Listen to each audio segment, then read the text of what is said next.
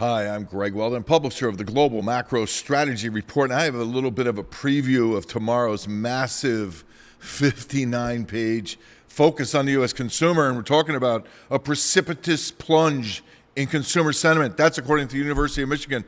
This is now an epiphany to the public. We've been all over this, for several months now, really dating back to the November low in inflation, not coincidentally. And you would have an economic reality check in the stock market. Bam, you're there right now. The data we just got at the end of last week, the PCE, the core index, 2.8. I mean, that's higher than the 2006 high. It's one of the highest non-2022-23 numbers in the last 35 years in terms of inflation.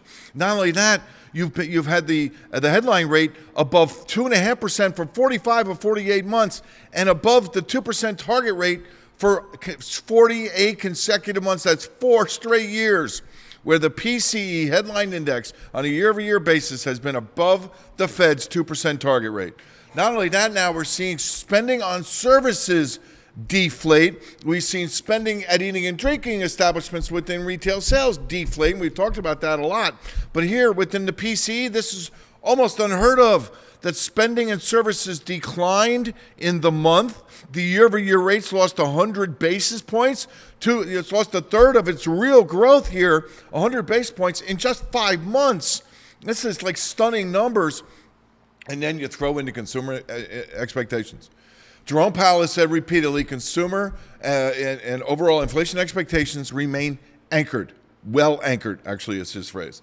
This is anything but anchored. This is Anchors Away, a piece we did not that long ago, talking about that this exact thing was what was happening. And now to the degree that you're looking at 4.1% inflation for 5 years in a consumer forward.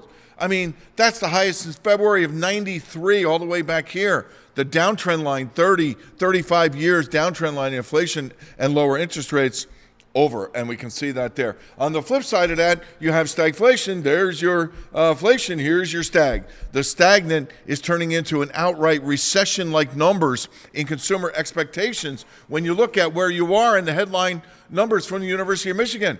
I mean, this is 74, 75, 79, 80, 83 vicious recession, 2008, 2009, 2011, 1990, 91, I forgot to throw that in there, and 2021. And this was deep, this was deep, this was deep.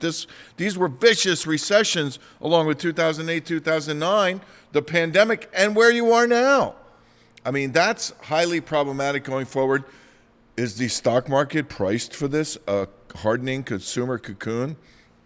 Delinquency rates through the roof, consumer credit card debt higher than personal savings. When you have expenditures higher than disposable personal income, I mean, all of this stuff is interesting. And the most recent number showed that without transfer payments, in other words, government handouts, government payouts, entitlements, and all, you would have had a decline in savings again, and because government handouts accounted for over half of all disposable personal income gain in the most recent month.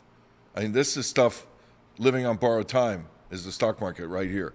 Get the full report, 59 pages of this kind of stuff. We hone in on the stock market. We hone in on all the data here. Email me, Greg Weldon, GregWeldon, @weldononline.com, and get your copy today.